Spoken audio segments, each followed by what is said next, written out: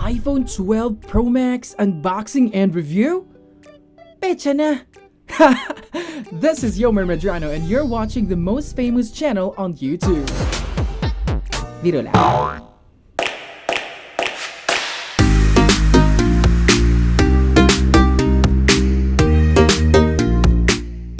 So, why the time and effort to do this? Well, una sa lahat, aside sa mga sponsor ko, na hindi ko palalagpasin syempre na hindi ko i-unbox, the iPhone 12 Pro Max is worth it.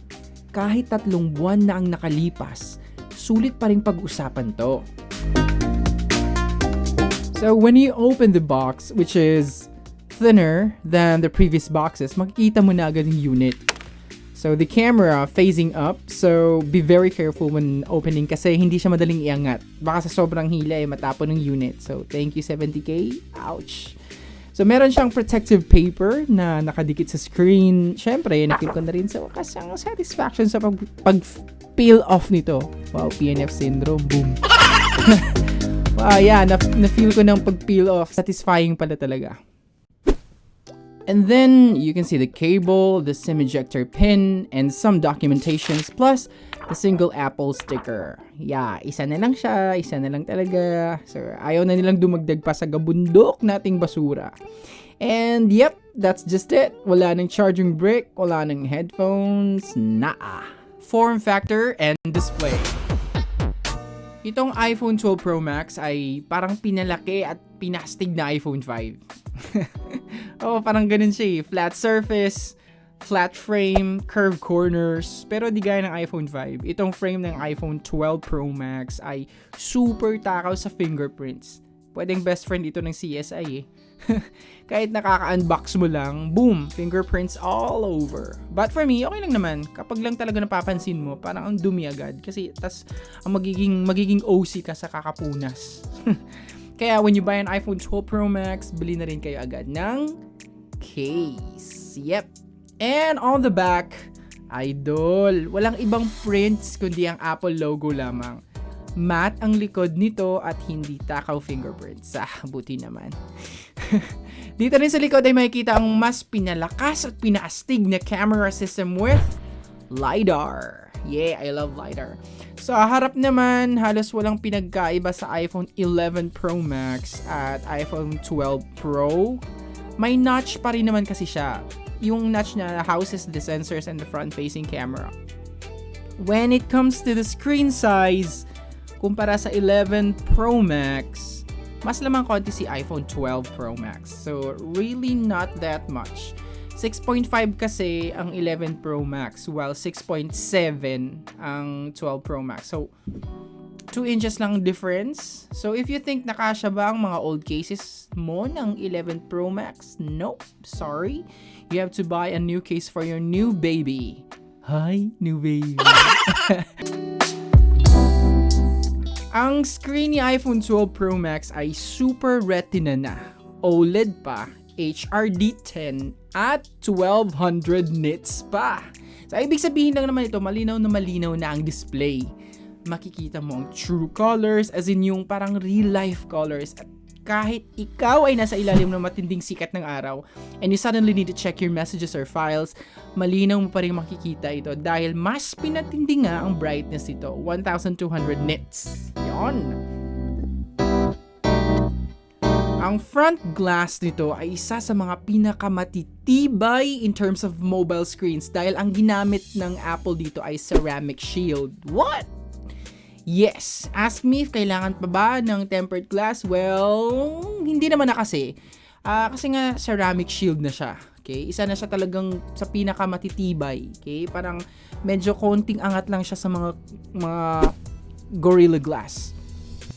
With regards sa chipset, iPhone 12 Pro Max now runs on an A14 Bionic. Wow, ang ganda ng pangalan, di ba? Napaka-high-tech.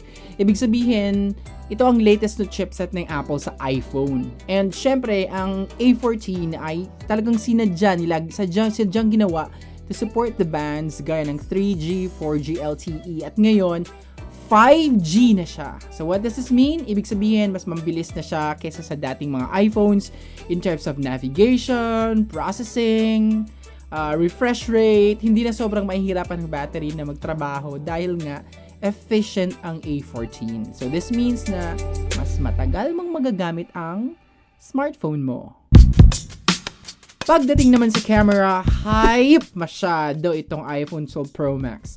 Sa itsura pa lang, nagsusumigaw na siya. Oh, I'm the king!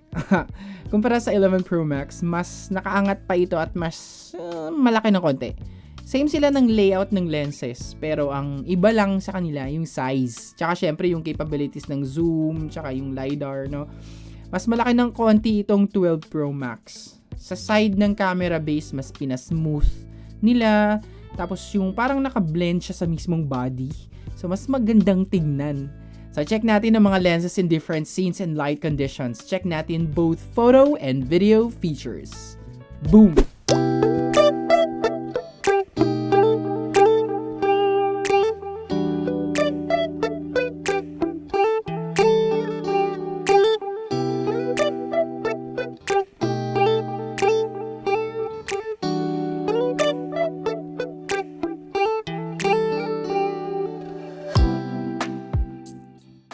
So, nabanggit ko kanina na wala nang kasamang charging brick sa package dahil, alam mo naman, strategic ang Apple ngayon eh. Sa assessment ko lang dahan-dahan nilang tinatanggal ang feature na to dahil sa new product nila yung MagSafe charger.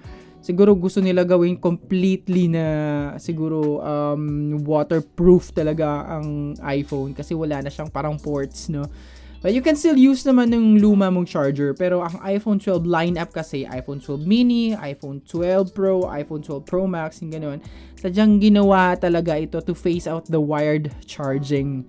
Isa na rin kasi sa kanilang mission ay ang kanilang environmental advocacy na ayaw na nilang dumagdag pa sa carbon footprint sa Earth. Next! So, lesser inclusions sa package, ibig sabihin lesser basura, lesser na manufacturing sa kanila, lesser gastos, lesser carbon footprint naman sa Earth. At ang maganda sa Apple, since makakalikasan naman ako, no, part of the iPhones are recycled materials. Woo! I can proudly say that. O diba ang galing? Hindi lang puro benta. Iniisip din nila ang environment natin. So, yan ang magaling. Dito ako believe sa kanila. Worth it ba sa halaga ng iPhone 12 Pro Max ang mga nabanggit ko? Well, I don't know about you. Kayo po ang husga. Ang sa akin lang, invest ako doon sa sulit ang pera ko. Yung hindi lang puro features, kundi yung inaalala ang kapakanan ng mga consumers at responsable sa waste management.